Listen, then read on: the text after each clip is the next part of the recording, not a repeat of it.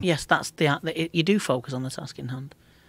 It is still focusing on the task in hand. Driving's the same, isn't it? I mean, if you was just driving and just look forward, you wouldn't see anything coming from a junction, or you still look in the rear view mirror, don't you? Even though you're not really going to get, it's more often than not, you're not going to hit from behind unless you stopped. That's the stereotype about Asians being bad drivers. A friend of mine who's Asian tried to tell me that the reason for that is their culture. When they're in Asia, especially in China, nobody looks to the left and looks to the right. It's like traditional to look straight ahead and to mind your own business. Don't be staring. Don't look off to the left. And also they run into each other. Like, if you ever been on the streets of China, apparently, according to Ari, people just bump into everybody. They just bump into each other. They're just so used to it. And it's not a rudeness thing. Right. It's just that's normal to them. So when they get in their cars, they kind of do the same thing. They look straight ahead. They don't look to the left, don't look to the right, and just plow ahead. It was not good for driving, obviously. I was in Hong Kong, and I was trying to get a flight it was with K1, it was a disaster. But I was trying to get a flight from Hong Kong to Gunchao, this place. And I was at the desk explaining that I had to get this flight quick. I was running through I felt like I was in Taken. I was running about that much. And the Chinese, people just barging in front of you. God, I was like, I don't know. And then Jeremy Lin, this kid who I know from who lives in Hong Kong, he was saying that the mainland Chinese are miles different than the people from Hong Kong. They have a different sort of, values and culture, and different sort of. Well, Hong Kong was a British empire, right? It was till 1999. Yeah. That's ridiculous. Why'd they give it back? I don't know. Fuck is that? I know all toys are made in Hong Kong, aren't they?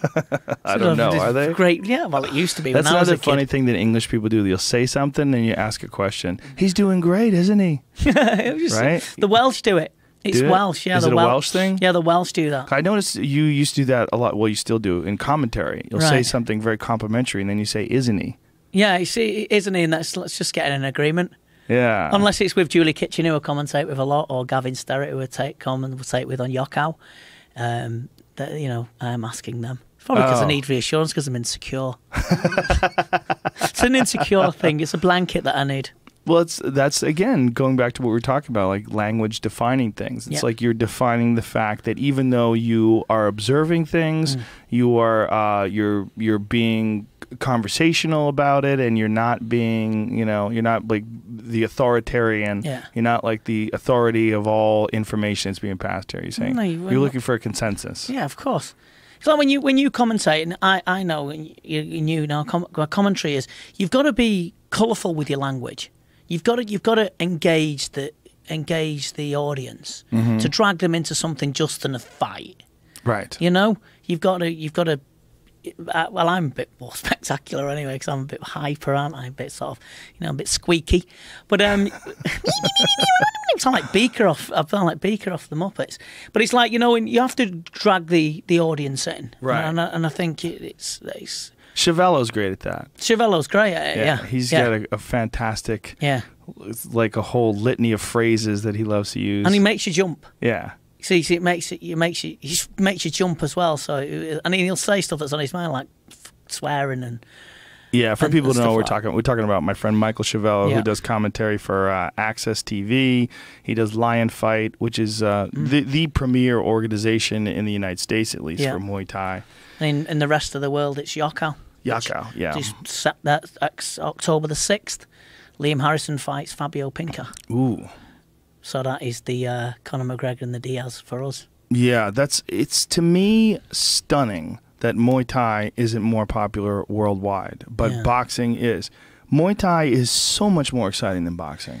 There's so many more variables. It's so many more ways to win. It's so much more effective, and it's just brilliant to watch. When you watch a guy like Saenchai or Yodson Klai or all the greats, Buakaw, you watch these guys fight, and the artistry and the beautiful techniques and moves, and also the excitement of Muay Thai. It's just so spectacular. Yeah, I mean, Saenchai's Haklau all over. But it's like, with Liam, who I'm everyone knows I'm a big fanboy of Liam. He brings a storm. He never leaves anything behind. He brings a storm. And October the 6th is going to be wicked. I can't wait. Yeah. I'm sweating. The hands start sweating and all sorts. Right? I'm so childish. Yeah. I really do need to grow up and get a proper job. No, you don't. The Saenchai is interesting too because he's really light on his feet. Yeah. He fights different than most Thais. Like he fights on the balls of the feet almost exclusively. Utilizes a lot of front leg side kicks, like sort of a half. It's like half teep kick, half front leg side kick. Keeps you off balance a lot. Well, it's Muay Baran, isn't it? I mean, Saenchai, I think, was trained originally by a guy called Somruk Kamsing, who won an Olympic gold medal as well, and he's got a very flamboyant technique. He's amazing, skilled. Is that the guy that was supposed to fight Jean-Claude Van Damme? Yeah, that's the one in Las Vegas. Yeah, that was the one. Yeah, him. That was never going to happen, right? No. And he's so again, he's aware, but he's rock hard as well. I mean, you think he's just messing about, but he's rock. I mean, I remember watching him, Liam, and Liam smashed his front leg to bits, and he just said, I can't, as well, kicking him as hard as I could, and he's just still, he's a very special, he's 30, I think he's 36 now as well. Yeah, he's not getting any younger. He just got involved in MMA. He's been training. There's some videos of him like doing arm bars and stuff. It's interesting because you got to wonder like if that's what he's deciding to do. And he fights all the time. Yeah, that's the other thing. Like I follow him on Instagram, and Saenchai will have this thing like about to fight, smile, smile, fist, bicep. He's fighting little on emojis. September the 11th in England. Is he against fighting? mentioned Kieran Kettle, who's training Idris Elba. Charlie Peters, he's fighting Charlie. Well, he fights, at least 6 times a year. Yeah, right? Easy. Yeah. Easy. He's fought on Glory, didn't he, in Amsterdam? Yeah, he and did. won. And that's kickboxing rules without the clinch, without elbows. Yep. Which is it's interesting that they chose those rules. I'm not a big fan of that. I'm a big fan of the organization, but I like elbows. I think elbows are. I mean, look, if you can kick someone in the head, why can't you elbow them? It's very effective. We're talking about Muay Thai. Yeah. Like why limit it? Why allow like leg kicks, knees to the head kicks, but don't allow elbows? That seems to me to be a little weird. I think the one thing that keeps Muay Thai back is the traditional side of it, which I love. I love it. Like the Y crew. The Y crew, the monkon on the head. And if people, how does that hold it back though? Well, because people, this is my opinion, I may be wrong, but it's like, people sit there and they get the beer or whatever and they come in and they watch the fights and then they just say, what's that on his head? Well, you're a fan of martial arts, so you're not going to really see what they see. But I can see it from what's that it's got in his head for, and what's that music, why are they dancing, blah, blah, blah. The dance is odd, and also the music while they're actually fighting is a little odd. Well, if you watched it, you wouldn't hear it. I don't hear it.